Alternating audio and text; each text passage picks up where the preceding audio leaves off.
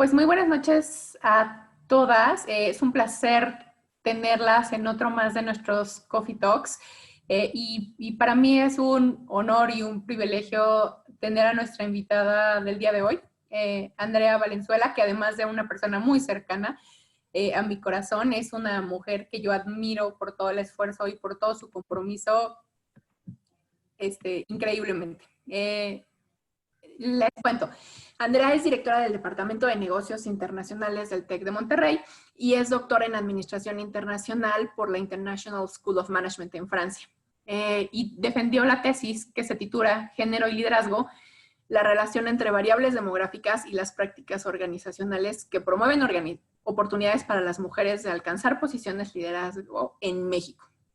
Además, Andrea tiene una maestría en comercio exterior, es abogada con especialidad en el área internacional por la Universidad de las Américas Puebla y pues tiene una trayectoria de más de 10 años en el sector privado, en el gobierno, en la academia, en el gobierno federal y se ha ligado mucho a proyectos relacionados con el área internacional. Desde el 2011 es parte del Tecnológico de Monterrey e imparte materias en el área de negocios principalmente. Andrea, bienvenida, es un placer tenerte aquí. Gracias, Denise, y bienvenidas a todas. La verdad es que me encanta tener esta conversación con ustedes y ojalá que la disfrutemos. Pues déjame empezar con las primeras preguntas. Considero que este tema de un doctorado es algo realmente que representa muchos años de esfuerzo. Sé y presencié los años de esfuerzo que te tomó terminarlo. ¿Por qué decidirte por este tema? Porque creo que es un tema que necesitamos empezar a tener conversaciones complicadas en México, ¿no? Es un tema que no estamos hablando como deberíamos, creo, a ningún nivel, o sea, ni a nivel de empresas, ni a nivel academia. Es un tema que todavía nos falta muchísimo empuje y pues muchísima conversación y apertura para tenerlo, ¿no? Creo que pues todas las que estamos empujando un tema como este, sabemos la importancia que tiene y yo decidí dedicarle 6 años de mi vida a decir, a ver, este es mi granito de arena que yo puedo aportar para que esta conversación se empiece a tener y la empecemos a tener por muy complicada que sea, ¿no? Sí, no, definitivamente. Y tocas un tema. ¿Tú crees, o sea, tu perspectiva, ahondemos un poquito en ese tema, ¿hay suficiente investigación No. alrededor del tema? ¿Está actualizada? ¿Es aplicable? O sea, leyendo tu tesis, veía yo que muchas de las referencias pueden ser de 5 años hacia atrás. Eh, ¿Cuál es tu perspectiva después de toda esta jornada de investigar acerca de la equidad en México? Pues mira, lo que puedo decirte es que fue de las primeras cosas con las que me topé, ¿no? Yo decidí meterme en este tema y ya una vez adentro me di cuenta que no, o sea, no es un tema ni tan investigado, ni tan hablado y menos escrito, ¿no? Principalmente las áreas en las que, o sea, donde existe más investigación, obviamente es en Europa y en Estados Unidos. La primera gran obstáculo con el que me encontré cuando empecé esta investigación fue con que en Latinoamérica y particularmente en México, de verdad hay muy poca información. Son pocos los estudios que existen en el ámbito académico, ¿no? Existen estudios como Women Matter de organizaciones que lo toman muy en serio y son muy buenas investigaciones. Sin embargo, en el ámbito académico como tal, existe muy poca publicación en este tema, ¿no? Entonces, sí fue un gran obstáculo y un gran reto a superar, a ver de dónde sacábamos más información, de dónde podíamos tener más referencias. Y pues sí, definitivamente no existen las suficientes. Y al final del camino considero que tiene muchísima relevancia generar este tipo de investigaciones, justo como la que haces, que al final tienen una aplicabilidad a nivel empresa, ¿no? Que pueden ser, donde los resultados pueden ser tomados y ejecutados con base ya en premisas muy científicas, ¿no? Correcto. Mira, yo creo que pues esa es una de las grandes oportunidades que tenemos los académicos, en cómo nos relacionamos con las empresas.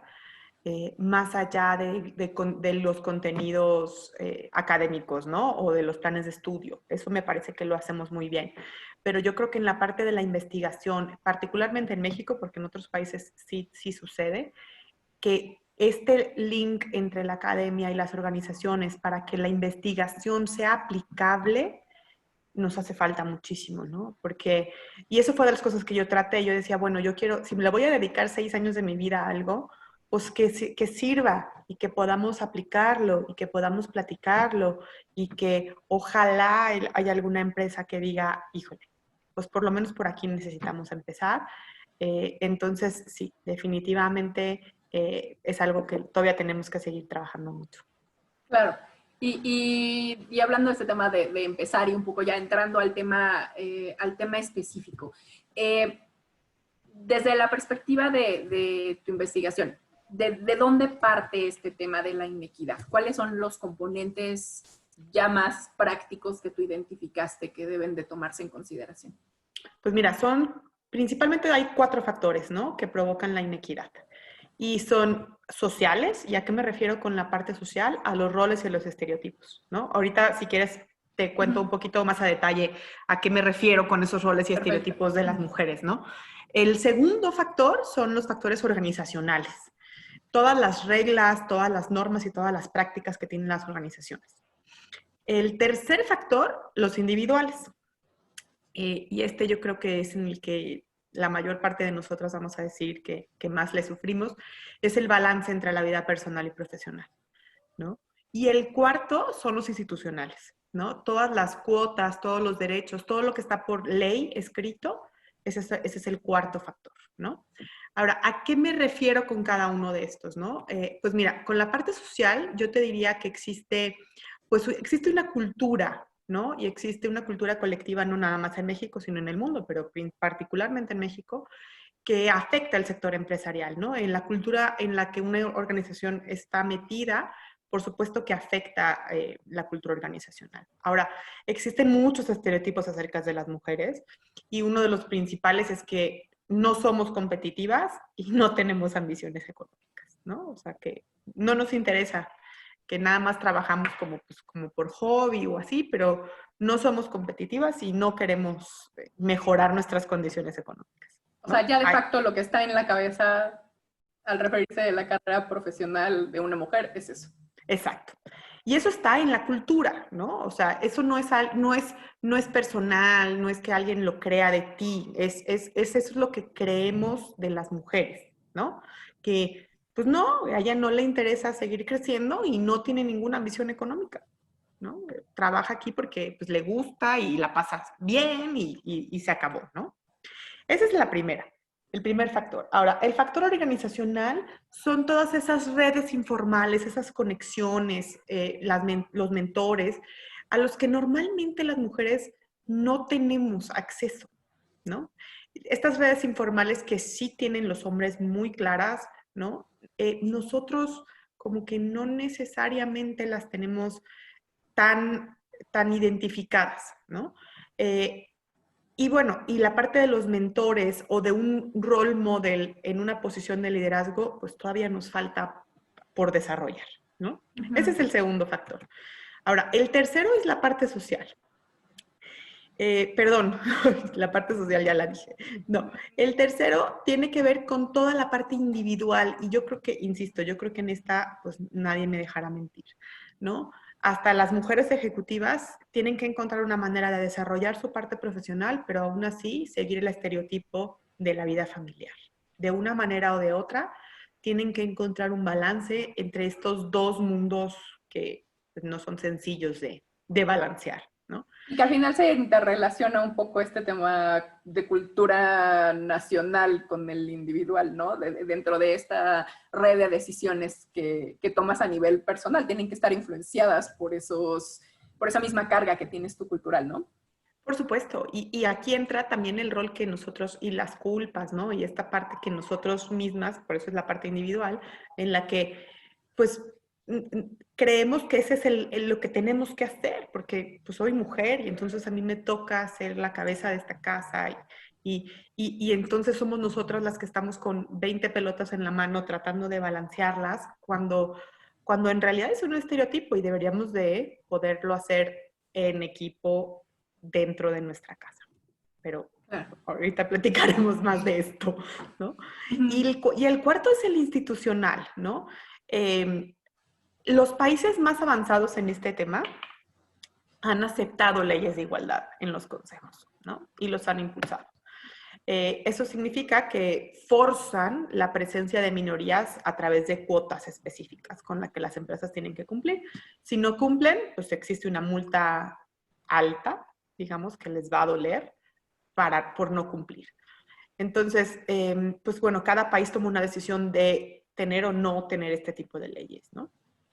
Pero bueno. Que eso es interesante porque al final significa que no es un tema únicamente de buenos deseos. Exacto. Vamos a hacer esto, o sea, necesitas meter reglas claras y consecuencias de no apegarte a esa... Correcto. Y cuando es a nivel institucional, pues no hay vuelta de hoja. O sea, no es un well wish, no es ojalá tuviéramos a más mujeres. No, tienes que cumplir con la ley. Y la ley lo que te dice es que tienes que cumplir con este porcentaje de mujeres en tu consejo. Se acabó, ¿no? Insisto, no es un favor ni es algo padre que tener. Tienes que cumplir con la ley porque está estipulado de esa manera. Claro. Okay. ¿No? Entonces, bueno, esos son los 4 grandes factores. Buenísimo. Antes de hacerte la siguiente pregunta, nada más déjenme recordarles que tenemos abierto el chat y el área de preguntas y respuestas. Si tienen alguna pregunta, váyanla poniendo ahí y yo voy tomándolas para preguntárselas a André, ¿ok? Hablemos después de estos 4 elementos. Demos un pulsón a tu investigación. ¿Cuál fue tu enfoque? ¿Cuál fue tu objetivo? ¿Cómo fue esta conceptualización? Mira, lo que yo traté de investigar en estos 6 años fue, primero, cuando me di cuenta que no existía, como te decía, mucha investigación en México, ver cómo se aplicaban los estudios que existen en otras partes del mundo a México, ¿no? O sea, cómo la desigualdad en posiciones de liderazgo en cualquier parte del mundo sigue existiendo, ¿no? Hay países, por supuesto, más desiguales que otros. Sin embargo, es un tema no nada más a nivel Latinoamérica, sino es a nivel mundial, ¿no? Y traté de ver qué pasaba, o sea, qué es lo que sucedía. Y luego me fui a una parte, pues, más interesante que tenía, para mí, por supuesto, que tenía que ver con mejores prácticas. Yo lo que quería entender, y como estábamos de nuevo más o menos empezando un tema en México, lo que traté de ver fue, y lo que hice fue entrevistar a mujeres a profundidad para entender qué cosas o qué prácticas organizacionales las habían ayudado a llegar a posiciones de liderazgo. Tomé, digamos, 2 grandes muestras, mujeres que habían llegado a una posición de liderazgo y mujeres que aún no habían llegado a una posición de liderazgo, y traté de contrastar esos 2 caminos y ver qué es lo que pasaba. Pero principalmente entender cuáles eran las prácticas que les habían servido o que les servirían para poder llegar. Entonces, ese fue principalmente mi enfoque, tratar de aplicar lo que han investigado otras áreas del mundo a México, si era o no era aplicable. Y la segunda parte fue ver dentro de México qué prácticas les ayudaron o les podrían ayudar a las mujeres a llegar a esas posiciones de liderazgo que yo sé que queremos. Claro, y déjame ahí preguntarte, ¿qué llevó a esas posiciones de liderazgo o qué limitó esas posiciones de liderazgo, tanto en términos individuales como institucionales? Mira, yo te diría que en la parte individual, el principal factor o el principal obstáculo tiene que ver con el balance, ¿no?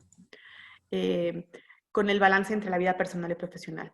Y una de las grandes cosas que encontré fue que este otro estereotipo de que las mujeres casadas y con hijos somos las que no encontramos ese balance, tampoco las mujeres que no están, o sea, también las mujeres solteras sin hijos se encuentran con esta disyuntiva de encontrar un balance entre los 2 ámbitos. Entonces, este primer estereotipo pues no necesariamente aplica, ¿no? O sea, ese obstáculo lo tenemos todas. Todas queremos encontrar un balance entre la vida personal y la vida profesional. Y eso tiene que ver con nuestro interés, ¿no? Entonces, yo creo que uno de los principales factores es ese. Y hablando de la parte institucional, pues en México no existe absolutamente, salvo en el Congreso, ¿no? En el Congreso sí existe una cuota, pero dentro de las organizaciones no están obligadas ni recomendadas siquiera a tener un porcentaje de mujeres en estas posiciones. Entonces, pues sí se vuelve, hoy por hoy, en México sí es, dentro de las organizaciones, sí es algo bueno a tener para quien lo entiende, porque esa es otra, ¿no? Sí tiene que venir desde arriba la visión de lo que puede hacer la diversidad de género dentro de una organización, las ventajas que puede tener una empresa que es diversa, ¿no? Pero entonces ahorita sí es solo las empresas que lo alcanzan a ver y a entender. Las que no, pues no tienen que cumplir absolutamente con nada. Claro, y quizá, y lo veía en tu tesis, como que va un poco más allá, ¿no? O sea, puede ser temas como la imposición de ciertas reglas, pero también puede ser la ausencia de claridad o una política que solo esté escrita, pero que no tenga un seguimiento, ¿no? O sea, simplemente que asumen que pues si funciona para un segmento, tiene que funcionar para el otro. Correcto. O si funciona para una multinacional donde el headquarter está en una otra parte del mundo, pues yo me traigo esa política, la aplico en México y debería de funcionar. Pero si no lo mides y si no tienes un KPI detrás que lo lleve a cabo, no va a pasar absolutamente nada. Y una cultura organizacional que lo abrace, ¿no? Es que yo creo que volvemos a la parte de la cultura, ¿no? Y la cultura de las organizaciones pues está muy, muy similar a la cultura de los países, ¿no? Entonces, necesitamos organizaciones, de nuevo, que promuevan estas conversaciones y que entiendan que no es, o sea, de verdad, no estamos pidiendo un favor, o sea, no es, ay, oye, vamos a hacerlo, no, es de verdad que entiendan los beneficios en la parte financiera que pueden tener o en la parte de liderazgo. O sea, en realidad no es un well wish, es algo que si lo entienden como deben y lo promueven, entonces van a tener los beneficios adecuados, ¿no? Claro.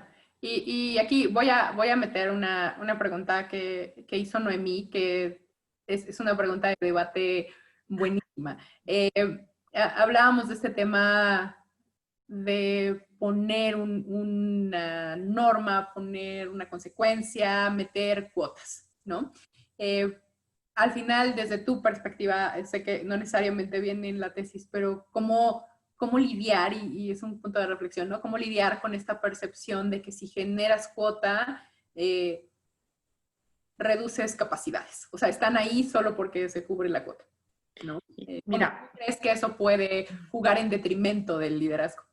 claro, por supuesto. Y yo creo que es uno de los grandes obstáculos, Noemí, para que las promovamos, ¿no? Nos da mucho miedo pensar que si tenemos una cuota, van a cuestionar nuestra capacidad. Y la realidad es que mujeres capaces en México existen muchísimas. Entonces, si partimos de ahí, si partimos de que dentro de todas las organizaciones existen mujeres con toda la capacidad para tomar una posición de liderazgo, yo te diría que la única forma de debatir esta idea es con hechos, ¿no? A ver, o sea, déjame estar ahí y vas a ver que tengo toda la capacidad para hacerlo perfecto, ¿no? Entonces, sí, es un gran miedo y existe mucha gente que no necesariamente está a favor de las cuotas. Mi posición muy particular en referencia a eso es que si seguimos como estamos, sin tener algo con qué cumplir, nos vamos a tardar 3 generaciones o 4 en ver un cambio de verdad radical, ¿no? Si queremos resultados mucho más a corto o mediano plazo, necesitamos tener cuotas que lo impulsen, porque si no, de verdad, o sea, cambiar toda una cultura nos va a tomar muchísimo tiempo. Entonces necesitamos el apoyo institucional para entonces poder cambiar la cultura. Claro, sí, muchas gracias. Y déjame regresar un poco a este tema que estábamos de las políticas, etcétera, porque algo muy interesante que decías de que esto conceptualmente puede asociarse mucho a ese perfil de la mamá y los hijos, pero tú decías justo, pues puede ser, o sea, ese balance lo quiere alcanzar también la mujer que no tiene hijos, la mujer que tiene hijos grandes, la mujer que está soltera, y un ejemplo es que la mitad de la comunidad que tenemos en Mujeres en Finanzas, pues no está soltera o no tiene hijos. O sea, al final ese balance lo tratan de alcanzar todas. Pero en las varias horas que nos echamos de discusión antes de este Coffee Talk, hablábamos, y a mí es un tema que me encanta y que quisiera que profundizaras, que no nada más es un tema de buscar estas políticas específicas para las mujeres, sino para todos, ¿no? Ayúdame con esa idea. Mira, esa idea. Ajá. Pues parte de lo que hemos estado platicando y parte de lo que yo escribí en mi tesis tiene que ver con que efectivamente, ¿no? O sea, parte de romper estereotipos tiene que ver con que creemos que una mujer que está soltera o que no tiene hijos, pues no importa, se puede quedar hasta las 10, 11 de la noche y pues en realidad no tenía que irse a su casa, ¿no? Y puede viajar 3 semanas al mes y pues, tampoco pasa nada porque no está casada. Y no es así. La realidad es que todas queremos encontrar un balance haciendo lo que sea, siendo mamás o estando en mi casa o haciendo ejercicio o lo que sea. Eso es por una parte. Y esa fue de las principales cosas que, te digo, en toda mi investigación encontré. Y la segunda es que en la medida que promovamos iniciativas que involucren a los hombres en este balance de vida, vamos a encontrar más igualdad. ¿A qué me refiero? Con cosas que pueden sonar como disruptivas, pero por ejemplo, darle un paternity leave de 3 meses a los hombres. Y entonces los obligas a involucrarse y a encontrar también ellos un balance entre la vida profesional y entre la vida personal. Y entonces no es solo la mamá o la mujer la que se va a encontrar ante una disyuntiva o cuando te contratan no es, híjole, pero ¿qué tal que en 2 años se va a embarazar y va a tener un hijo? Le voy a tener que dar un maternity leave. Pues sí, pero también a un hombre. Y también un hombre que sea papá. Y entonces cuando vas equilibrando las cosas y vas encontrando la manera entre generar un mayor balance entre la vida personal y profesional, tanto de hombres como de mujeres, entonces empezaremos a tener un poquito más de igualdad, ¿no? Ese inicio del reconocimiento de que pues también ellos buscan un balance, ¿no? Y claro, y que es muy complicado no que lo digan, ¿no? O sea, es por muy el rol que complicado deben de tener. por el estereotipo que tienen de que ellos no importa. Pues sí, yo soy el que trabaja y entonces yo también me puedo quedar aquí hasta las 11 de la noche y no pasa nada, porque pues mi esposa se encarga de la casa y de los hijos, ¿no? Y entonces cuando empezamos a romper esas barreras y es, a ver, todo el mundo de aquí se tiene que ir a las 6 de la tarde, pase lo que pase, entonces empiezas a hacer las cosas más iguales para todos. Claro. Muchas gracias. Pongámonos científicas. Findings. Después de tu investigación. Mira, como les decía al principio, yo creo que lo que intenté fue hacer un comparativo entre mujeres que ya alcanzaron la posición de liderazgo y mujeres que no. Y entonces partí de la premisa de que probablemente mis findings iban a ser distintos entre uno y otro, ¿no? Y lo que traté de ver fueron 3 cosas. En estos 2 bloques hice las mismas preguntas y traté de hacer un comparativo. Para mi sorpresa, las respuestas fueron exactamente las mismas. O sea, el primer gran bloque de preguntas tenía que ver con qué factores, si habían sido internos o externos, las habían llevado a alcanzar la posición que tenían. Sorpresa, todas dijeron que internos, por supuesto. ¿Y a qué nos referimos con factores internos? Con su desempeño en la posición anterior, ¿no? Y con la búsqueda personal, ¿qué es esto? ¿Qué significa una búsqueda personal? Significa que levantes la mano. Significa que seas bien vocal y seas tú la que diga, no que lleguen y te ofrezcan una promoción, sino que tú la busques, que tú busques qué necesitas hacer y qué capacidad necesitas desarrollar, ¿no? Entonces, hablando de factores, la respuesta o el resultado de los dos grupos fue los factores internos, fueron los que me llevaron a tener la posición de liderazgo que tengo. Esa fue la primera. Ahora, el segundo finding fueron los desafíos. El segundo bloque de preguntas tenía que ver con qué desafíos habían encontrado para llegar a las posiciones a las que pudieron acceder. Si eran de nuevo internos o externos. Y de nuevo, los desafíos son internos, ¿no? El principal desafío, o los tres principales desafíos, tenía que ver con balance personal y profesional, ser visible a esas oportunidades, o sea, que sus managers crean que de verdad ellas quieren, volvemos al tema del estereotipo de no somos competitivas y no queremos mejores salarios, ¿no? Entonces, ser visible y estar en el top of mind para esas promociones, ese fue el segundo gran desafío. Y el tercero tiene que ver con establecer su propio estilo de liderazgo, ¿no? No seguir otros roles u otras maneras de ser líderes, ¿no? Ujú.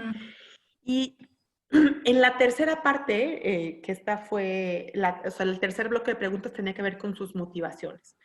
¿Qué las había motivado para levantar la mano, para decir yo quiero estar en otra posición? Y bueno, pues aquí sí se nos rompieron todos los estereotipos, si es que alguien los tenía, ¿no? La razón número 1 es el salario. Quieren un mejor salario. Y la razón número 2 tiene que ver con la satisfacción personal, ¿no? Yo quise y lo logré.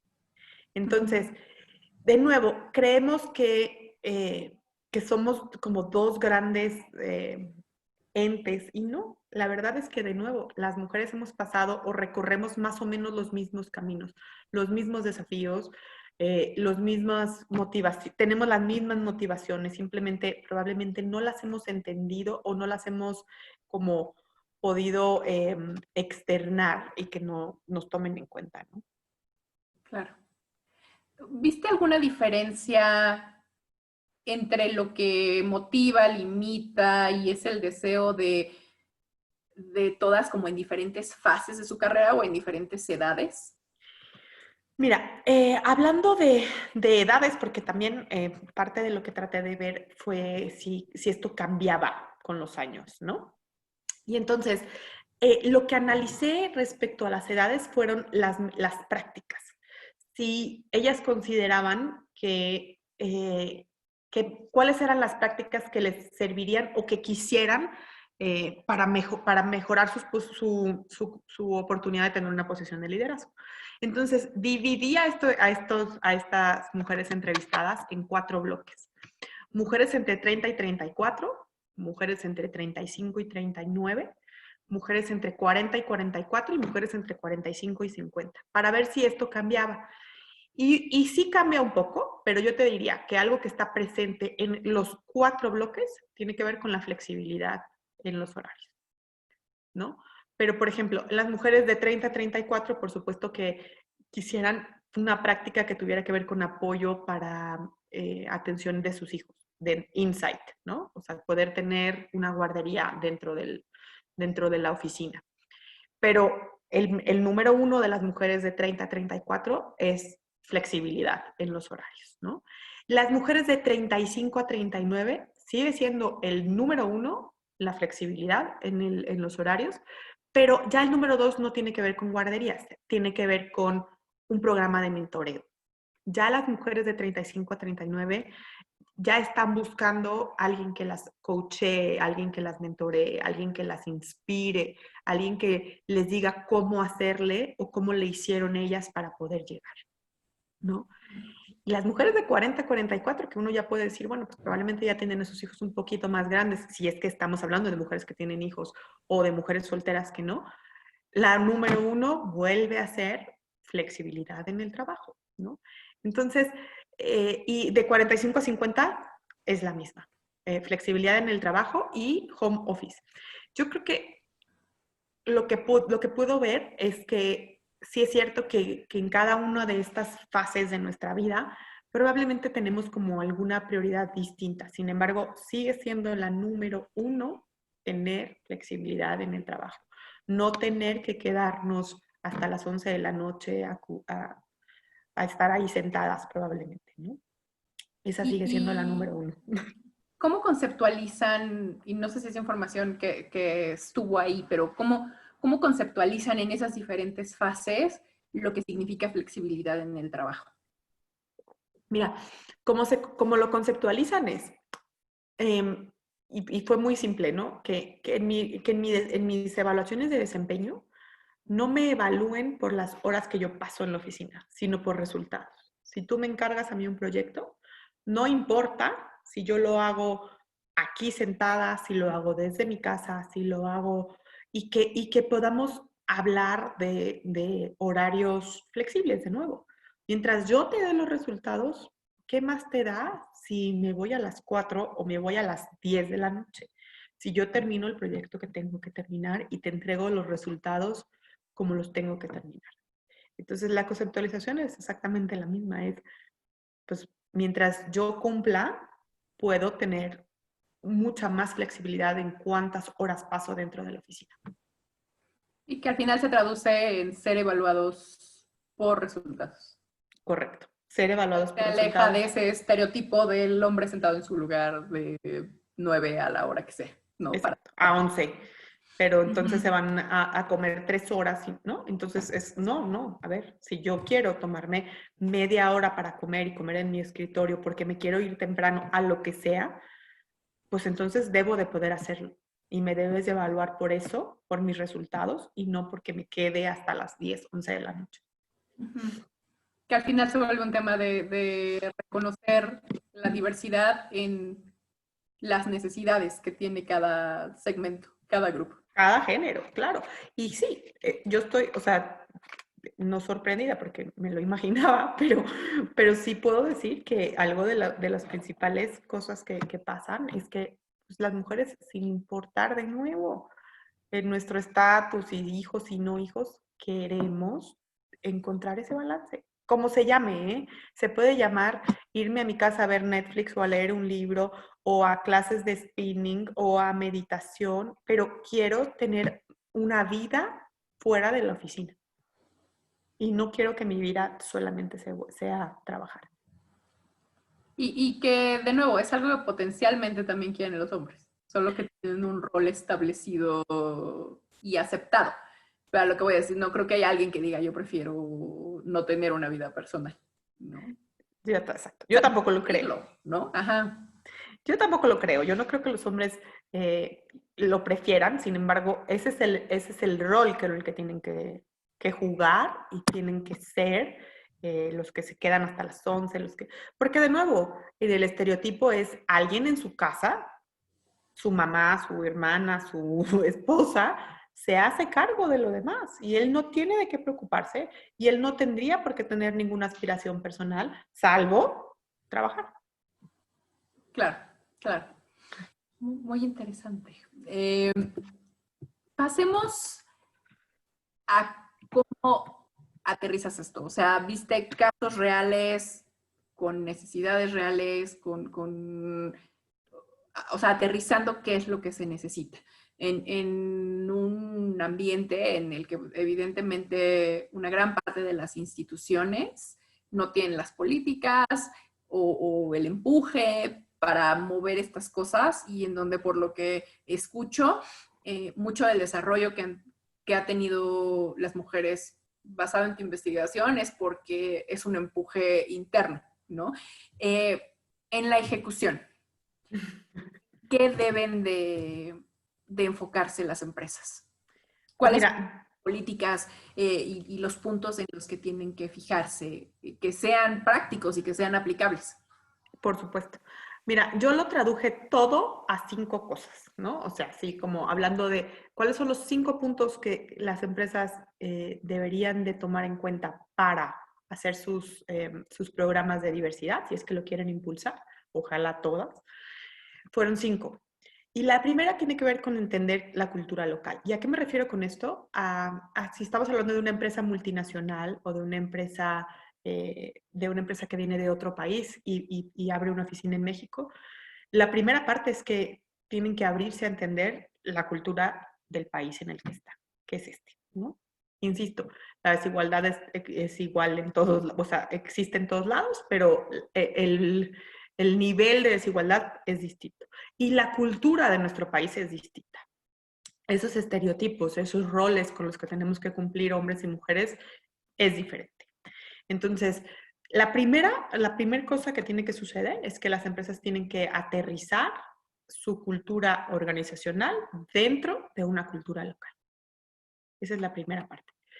Ahora, la segunda, yo creo que esa es la más complicada porque la traemos como intrínseco, ¿no? Es cuestionar esos estereotipos femeninos.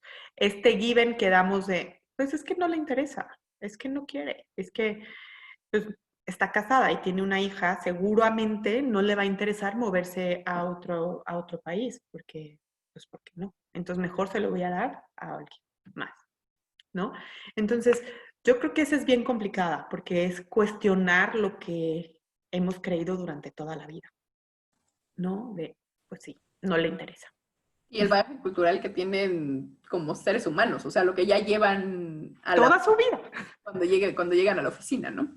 Exacto, porque pues, somos personas al final de cuentas, entonces tú tienes un bagaje, tú tienes una historia detrás que, pues, que es muy complicado ir en contra de ella y a eso me refiero con que pues hay que cuestionarlo, o sea, por lo menos hay que decir, oye, ¿qué tal que sí quiere? ¿O qué tal que sí puede? ¿Qué tal que sí le interesa? Por lo menos le voy a dar la oportunidad de decirme si quiere o no.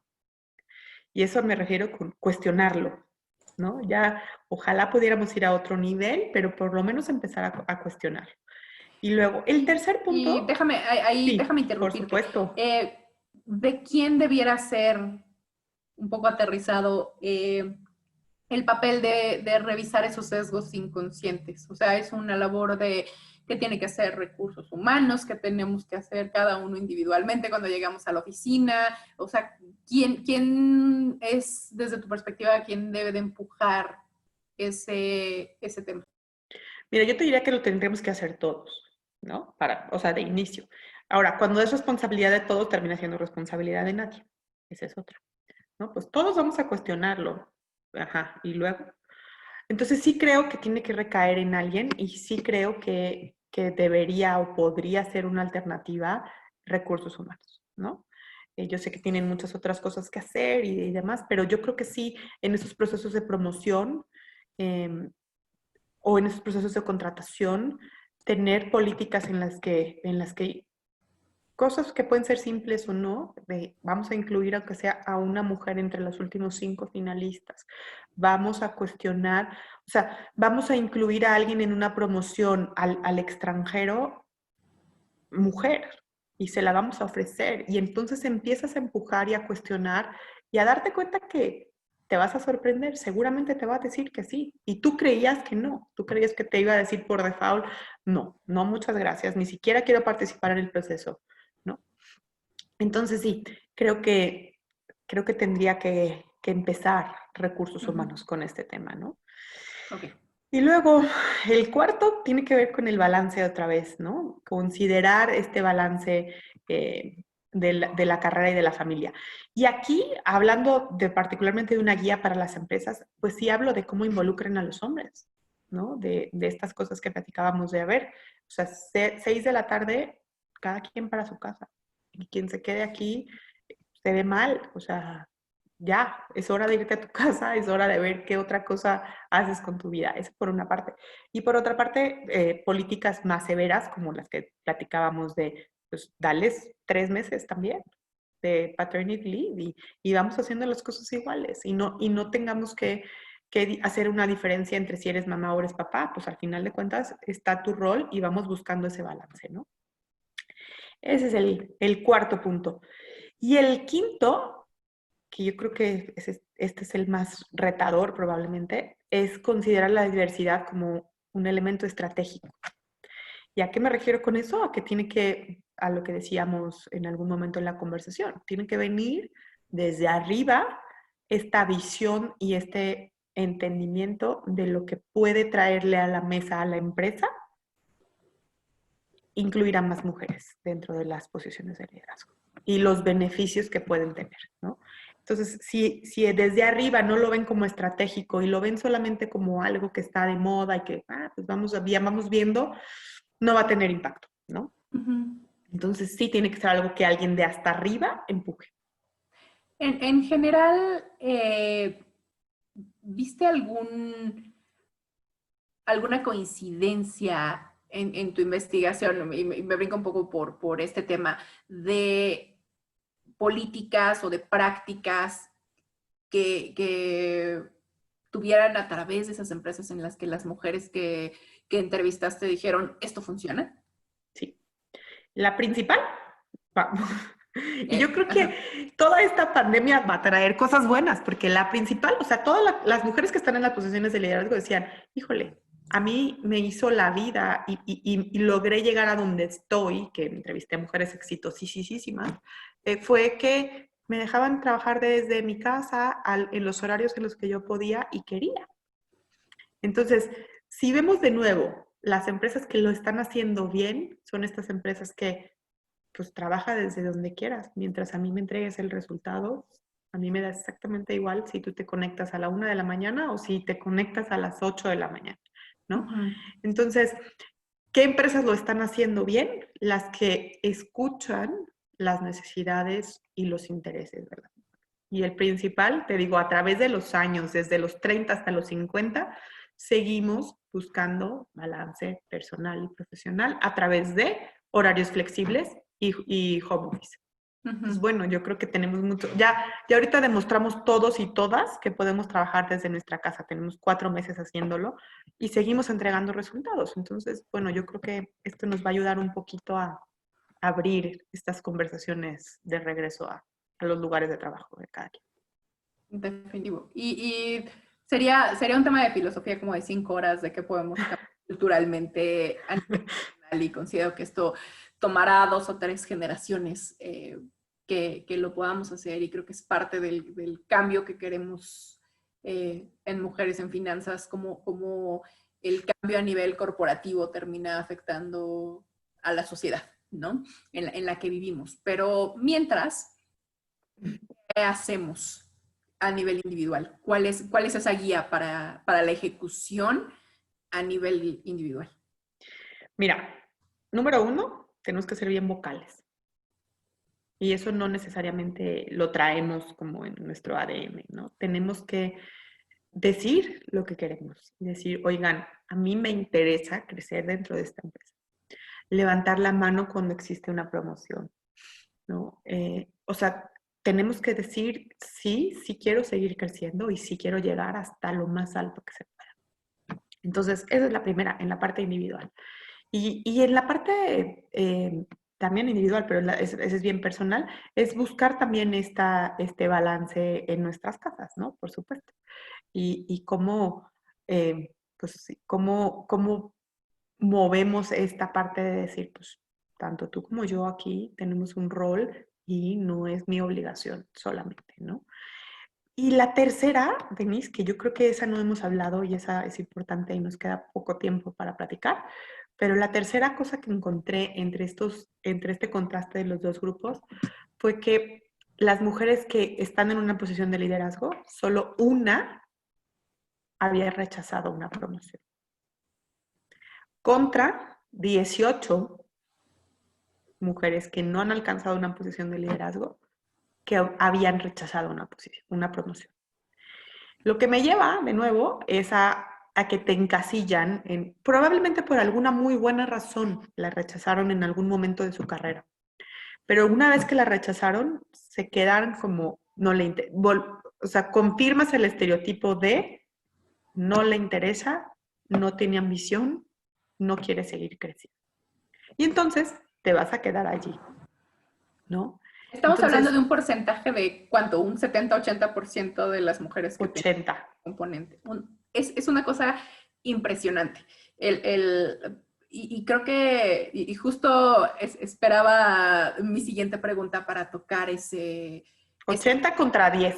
80 contra 10. Y el punto que creo que regresa, o sea, es una muy buena reflexión que sigue yendo a este tema de que el cambio lo tenemos que generar nosotras y ser vocales, ¿no? Si ya hoy dije que no quiero una promoción, soy la que nunca va a querer una promoción. Si hoy ya dije que me quiero mover, siempre voy a ser la que se quiere mover. Si hoy ya dije que no quiero viajar, siempre voy a ser la que quiere viajar. Y el no ser vocales ayuda a perpetuar ese concepto que generan de nosotras, ¿no?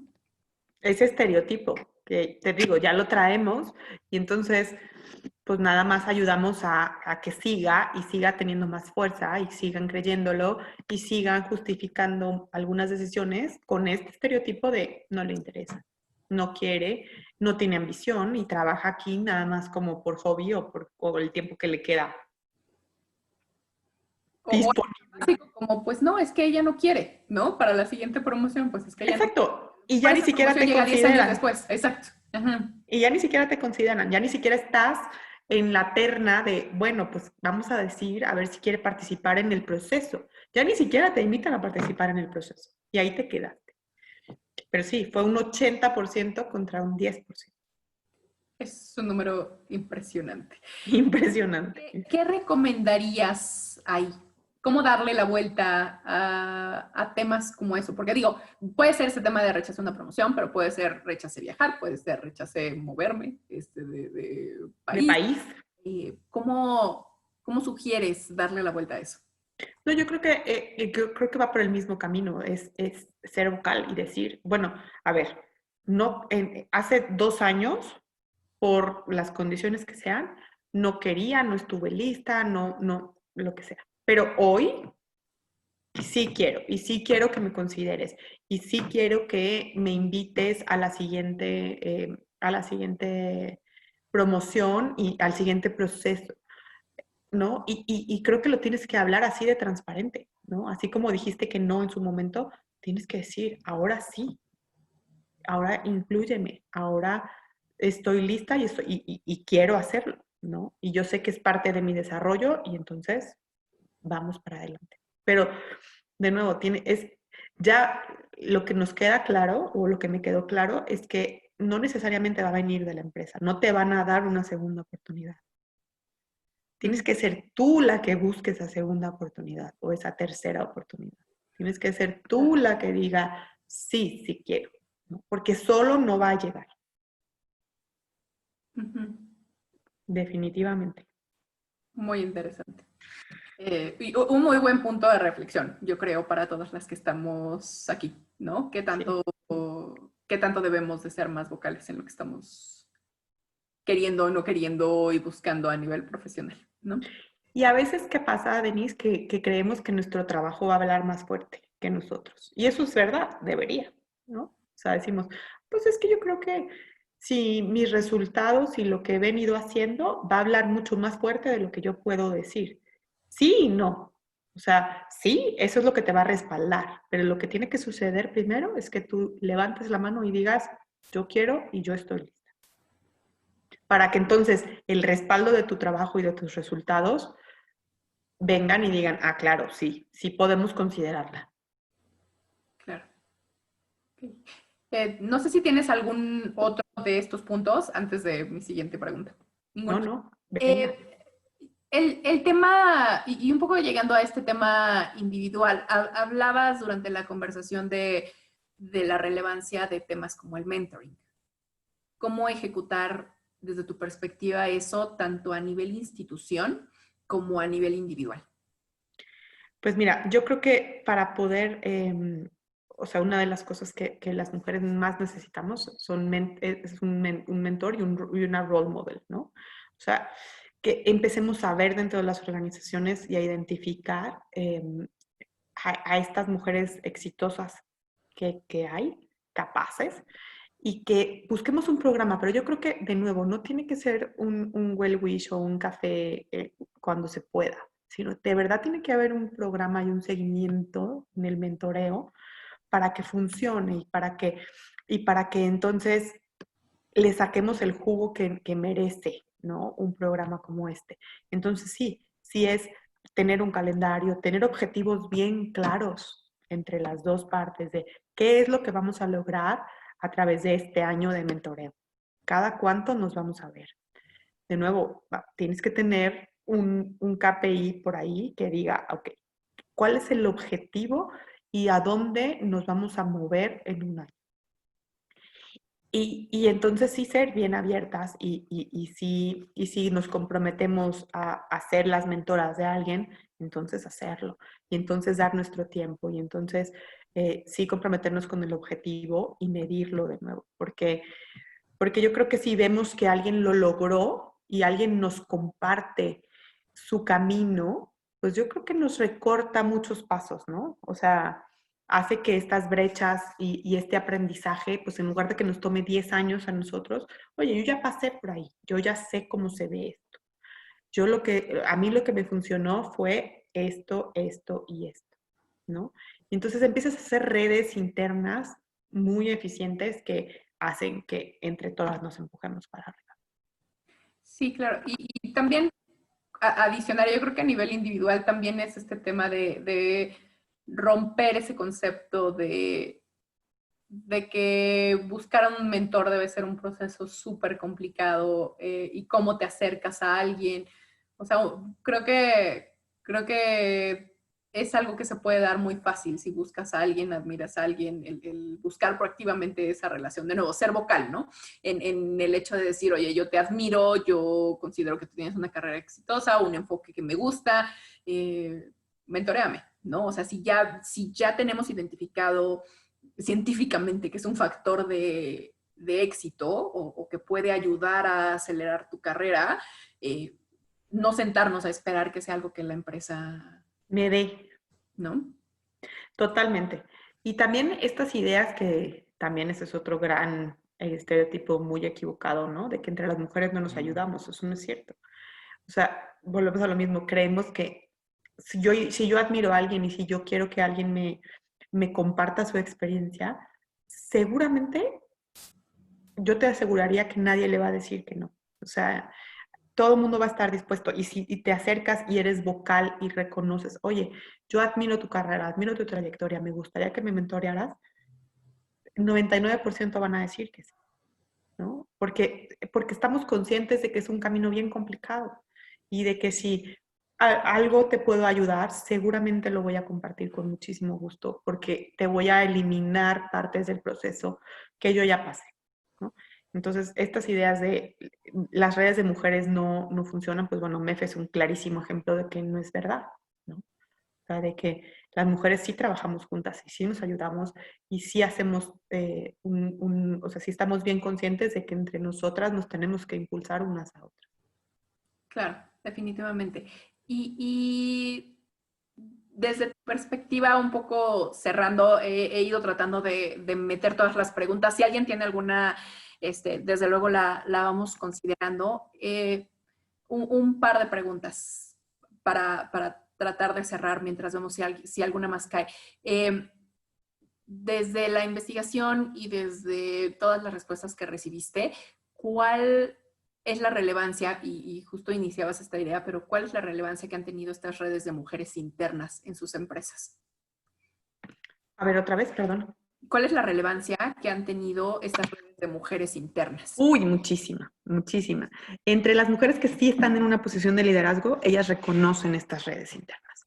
Reconocen que tuvieron a alguien que las apoyó, que las impulsó, que las mentoreó, ¿no? O sea, y estas redes internas yo creo que sí son bien importantes que las generemos y probablemente de nuevo nos va a tocar a nosotras. O sea, no va a venir la empresa a generárnoslas. Yo creo que no. Yo creo que en un inicio tendremos que ser nosotros las que las generemos, así como las están generando ustedes entre organizaciones, pero dentro de nuestra organización tenemos que ser nosotras las que generamos estas redes o estas redes de apoyo.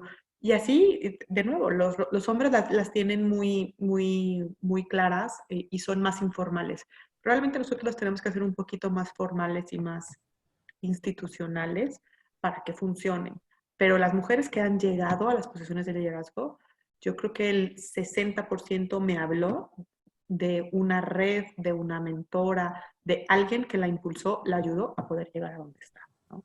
Definitivo. Y justo mencionas, digo, MEF es una de esas redes, ¿no? Pero a nivel país, creo que por lo menos ciertas de las empresas que tenemos a nivel transnacional tendrán por ahí una red de mujeres. Pero si no, volviendo a este tema de ser vocal y de ser proactivo, o las buscas o te buscas a alguien o las creas cuando estés listo para, para dar de regreso, ¿no? Exacto. Porque considero que es un tema que también proactivamente tienes que buscar, que puede o no tener esa formalidad, pero puede ser tan básico como tu sounding board de mujeres a las que vas cuando tienes algún reto profesional, que pueden llamarse mentoras o pueden ser las mujeres con las que tienes algo en común, ¿no? Pero Correcto. buscarlo en tu empresa y si no, crearlo y ayudar a que se empiece a generar, ¿no? Es que de nuevo, si nos sentamos a esperar a ver cuándo lo crea la empresa y cuándo me genera la red de mujeres, pues no va a suceder. Entonces, mientras sucede, pues lo tenemos que empezar a crear nosotras y empezar a hacer esas alianzas y esas redes entre nosotras, dentro de nuestras empresas y en organizaciones como MEF, ¿no? De a ver cómo trabajamos juntas. Estamos buscando lo mismo. ¿Qué podemos hacer cada una desde nuestra trinchera para que las cosas cambien dentro de mi empresa? Claro, definitivamente. Y mi última pregunta para cerrar, escuchar tus comentarios finales. Después de hacer esta investigación, ¿cuál fue el punto crítico que consideras falta investigar y falta profundizar? Híjole, yo creo, en México en particular, yo creo que nos falta profundizar en todo. O sea, estamos en verdad empezando con déjate tú con la conversación, con una investigación en forma en esto, ¿no? Nos falta profundizar en muchísimas cosas, en el impacto de las cuotas que pudieran tener, en la parte de cómo generar este balance profesional y personal de una manera más eficiente, ¿no? Por parte de las empresas, o sea, cómo las empresas generan estos balances de manera más natural. Entonces, yo creo que investigación nos falta muchísima. Yo por eso empecé con una investigación cualitativa, que es entrevistas, porque creo que de ahí podemos partir y empezar a analizar números y datos más duros, ¿no? Porque definitivamente como no hay, pues no hay mucho dato que analizar, no hay mucho lápiz que arrastrar todavía. Entonces yo creo que nos falta investigar en todas las áreas. Sí, claro. Y es interesante porque también lo tocamos en las múltiples conversaciones que al final inclusive hay un libro por ahí que te habla de cómo todos estos resultados y enfoques de liderazgo, etcétera, al final tienen el sesgo de que no consideran el punto de vista de mujeres, ¿no? Exacto. Un punto de reflexión muy interesante. Totalmente, totalmente. Y yo creo que mientras nos hagamos conscientes de esto, vamos a probablemente a animarnos a ser más vocales y vamos a perder el miedo de decir, oye, pues si no lo hago yo, no lo va a hacer nadie por mí. Claro. Y yo creo que con esa nos tenemos que quedar todas, de nadie va a hacer las cosas por mí. Y si yo aquí me siento a esperar a que la empresa me promueva, a que la empresa identifique mi talento, pues ahí te vas a quedar, seguramente. Definitivamente, me encanta. Con esa reflexión cerremos. Andrea, muchísimas gracias. Hombre, De verdad creo que tener datos duros y más aterrizados de qué es lo que en realidad está generando impacto para llevar a las mujeres a posiciones de liderazgo a nivel empresa, para dar un poco de guía de lo que se puede lograr y a nivel individual, ¿no? Es súper relevante. Esperemos contar con algo de información que podamos conseguir en la red, y si alguien se queda con dudas, pues Andrea es parte de MEF, entonces la pueden contactar en la comunidad digital y mandarle un chat con cualquier pregunta que tengan. Andrea, muchísimas gracias. hombre, gracias a ustedes por la Por tu invitación. doctorado. Ay, gracias, gracias. Y gracias a todas por haber sido parte de esta investigación y de todos estos años de dar lata con el mismo tema. Muchas gracias. Gracias. Muchas gracias a todos. Fer, te dejo. Sí, hola a todas. Nada más les queríamos pedir muchísimas gracias a Andrea y Denise. Gracias, Fer. Estuvo muy interesante la plática. Quisiéramos nada más, si nos ayudan, ahorita que se termine el Zoom, van a aparecer un cuestionario, si nos ayudan a contestarlo. Y pues, para tener retroalimentación y poder ir mejorando cada vez y adaptarnos a los intereses de todas. Muchísimas gracias. Nos vemos la próxima. Gracias. Bye, bye. Gracias todas, bye.